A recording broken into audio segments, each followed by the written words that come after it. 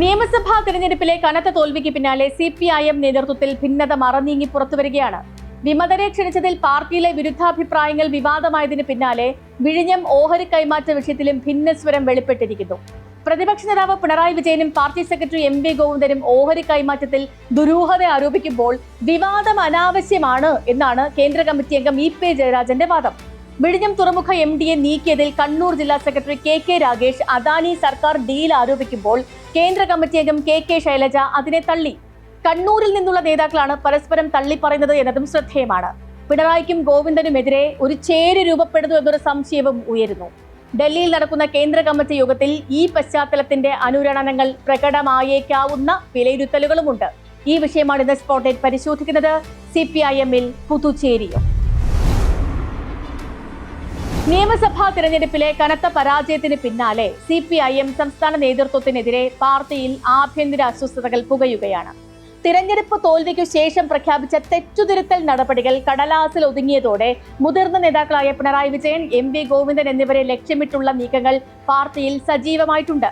പരമ്പരാഗത സംഘടനാ അച്ചടക്കത്തിന്റെ അതിർവരമ്പുകൾ പോലും ലംഘിച്ചുകൊണ്ട് പരോക്ഷമായ ചോദ്യം ചെയ്യലുകളാണ് ഈ വിയോജിപ്പുകൾ പുറത്തുവരുന്നത്. പിണറായി വിജയനെ പ്രതിപക്ഷ നേതാവായി നിശ്ചയിച്ചതിലുള്ള അതൃപ്തിയും വിഴിഞ്ഞം പദ്ധതിയുമായി ബന്ധപ്പെട്ട രാഷ്ട്രീയ വിവാദങ്ങളിലെ വ്യത്യസ്ത അഭിപ്രായ പ്രകടനങ്ങളും എല്ലാം വിരൽ ചൂണ്ടുന്നത് സംസ്ഥാന നേതൃത്വത്തിന് നേരെയാണ്. തിരഞ്ഞെടുപ്പ് തോൽവിയുടെ കാരണങ്ങളെക്കുറിച്ച് താഴെത്തട്ടിൽ ഉയർന്ന വികാരം സംസ്ഥാന നേതൃത്വം വേണ്ടത്ര ഉൾക്കൊണ്ടില്ല എന്നും തിരുത്തലുകൾ ഉണ്ടായില്ല എന്നുമുള്ള വിലയിരുത്തലുണ്ട്. പാർട്ടിക്ക് തെറ്റുപറ്റിയെന്ന് സംസ്ഥാന സെക്രട്ടേറിയറ്റും അവലോകന റിപ്പോർട്ടും തുറന്ന് സമ്മതിക്കുന്നുണ്ടെങ്കിലും തിരഞ്ഞെടുപ്പ് തോൽവിയുടെ ഉത്തരവാദികളെയോ കുറ്റക്കാരെയോ വ്യക്തമാക്കാത്ത തരത്തിലുള്ള പൊതുവിമർശനങ്ങളാണ് റിപ്പോർട്ടിലുള്ളത്. അതുകൊണ്ട് തന്നെ ആരാണ് യഥാർത്ഥത്തിൽ തിരുത്തേണ്ടത് എന്ന ചോദ്യത്തിന് കൃത്യമായ ഉത്തരമില്ല.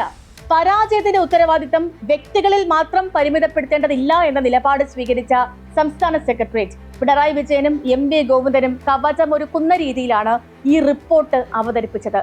നേതൃത്വത്തെ സംരക്ഷിക്കുന്ന ഈ മൃദു സമീപനമാണ് താഴെത്തട്ടിലുള്ള ജില്ലാ കമ്മിറ്റികളിലടക്കം കടുത്ത അതൃപ്തിക്ക് കാരണമായത്. തിരഞ്ഞെടുപ്പിലെ കനത്ത തോൽവി അവലോകനം ചെയ്തുകൊണ്ടുള്ള സംസ്ഥാന കമ്മിറ്റിയുടെ റിപ്പോർട്ടിലെ നിഗമനങ്ങളുടെ ചുവട് പിടിച്ച് പ്രധാനപ്പെട്ട നേതാക്കൾ നടത്തിയ അഭിപ്രായ പ്രകടനങ്ങൾ വിവാദമായിരുന്നു. തളിപ്പറമ്പിലെ സ്ഥാനാർത്ഥി നിർണയവുമായി ബന്ധപ്പെട്ട് ജനറൽ സെക്രട്ടറി MA ബേബിയുടെ വിമർശനത്തെ പിണറായി വിജയനും MV ഗോവിന്ദനും ആദ്യം തള്ളിപ്പറഞ്ഞു.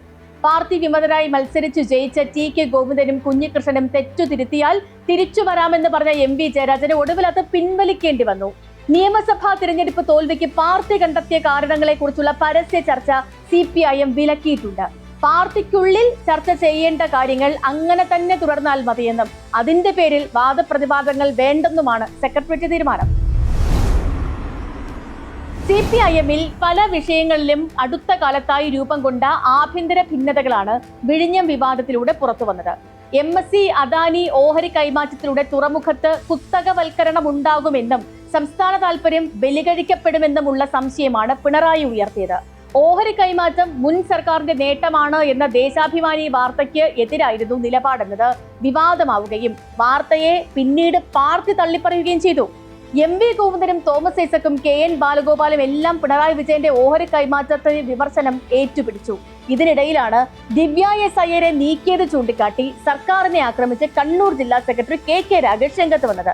രാഗേഷിനെ സംരക്ഷിച്ചാണ് പാർട്ടി സെക്രട്ടറി MV ഗോവിന്ദൻ പ്രതികരിച്ചത് എങ്കിലും സർക്കാരിന്റെ ഭാഗമായ ഒരു ഉദ്യോഗസ്ഥയുടെ രാഷ്ട്രീയ രക്ഷകർത്തൃത്വം പാർട്ടി പരസ്യമായി ഏറ്റെടുക്കേണ്ടിയിരുന്നില്ല എന്നൊരു അഭിപ്രായം പല നേതാക്കൾക്കും ഉണ്ടായി. ഇതിന് പിന്നാലെയാണ് വിഴിഞ്ഞം തുറമുഖ കരാറുമായി ബന്ധപ്പെട്ടുള്ള വിവാദങ്ങൾ കേരളത്തിന് ഗുണകരമല്ലെന്നും കരാർ വ്യവസ്ഥകൾ ലംഘിക്കാൻ സാധിക്കില്ല എന്നും CPIM കേന്ദ്ര കമ്മിറ്റി അംഗം EP ജയരാജന്റെ പ്രസ്താവന എത്തുന്നത്. വിഷയത്തിൽ അനാവശ്യ വിവാദങ്ങൾ സൃഷ്ടിക്കുന്നത് തുറമുഖ പദ്ധതിയുടെ പുരോഗതിയെ ബാധിക്കുമെന്നും അദ്ദേഹം അഭിപ്രായപ്പെട്ടു. പിന്നാലെ ദിവ്യ S അയ്യരെ മാറ്റിയത് സ്വാഭാവിക നടപടി മാത്രമാണെന്നും വലിയ വിവാദമാക്കേണ്ട കാര്യമില്ല എന്നും CPIM കേന്ദ്ര കമ്മിറ്റി അംഗം KK ശൈലജയും PK ശ്രീമതിയും പ്രതികരിച്ചു. അതേസമയം EP ജയരാജൻ നടത്തിയ പരസ്യ പ്രതികരണത്തിലുള്ള അതൃപ്തിയും ചില നേതാക്കൾ പ്രകടിപ്പിക്കുന്നുണ്ട്. വിഴിഞ്ഞം ഓഹരി വിൽപ്പന വലിയൊരു കൊള്ളയാണെന്ന് ആരെയും പ്രത്യേകിച്ച് ബോധ്യപ്പെടുത്തേണ്ടതില്ല എന്ന സംസ്ഥാന സമിതി അംഗം കടകംപള്ളി സുരേന്ദ്രന്റെ പ്രതികരണം EP-യെ ലക്ഷ്യമിട്ടുള്ളതായിരുന്നു. വിഴിഞ്ഞം വിവാദം മുറുകുന്നതിനിടെ തൂത്തുക്കുടി തുറമുഖത്തിൽ MSCക്ക് ടെർമിനൽ ഉണ്ടെന്ന് CPIM സംസ്ഥാന സെക്രട്ടറി MV ഗോവിന്ദൻ ദേശാഭിമാനിയിൽ എഴുതിയ ലേഖനത്തിൽ ചൂണ്ടിക്കാട്ടി.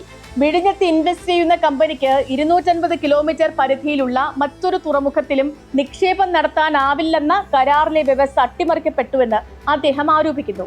കരാറിലെ 5-ാം വകുപ്പിലെ 9-ാം ഉപവകുപ്പിലാണ് 250 കിലോമീറ്റർ ചുറ്റളവിലുള്ള തുറമുഖത്തിൽ നിക്ഷേപം നടത്തിയവർക്ക് വിഴിഞ്ഞത്ത് പണം നിക്ഷേപിക്കാൻ കഴിയില്ലെന്ന വ്യവസ്ഥയുള്ളത്.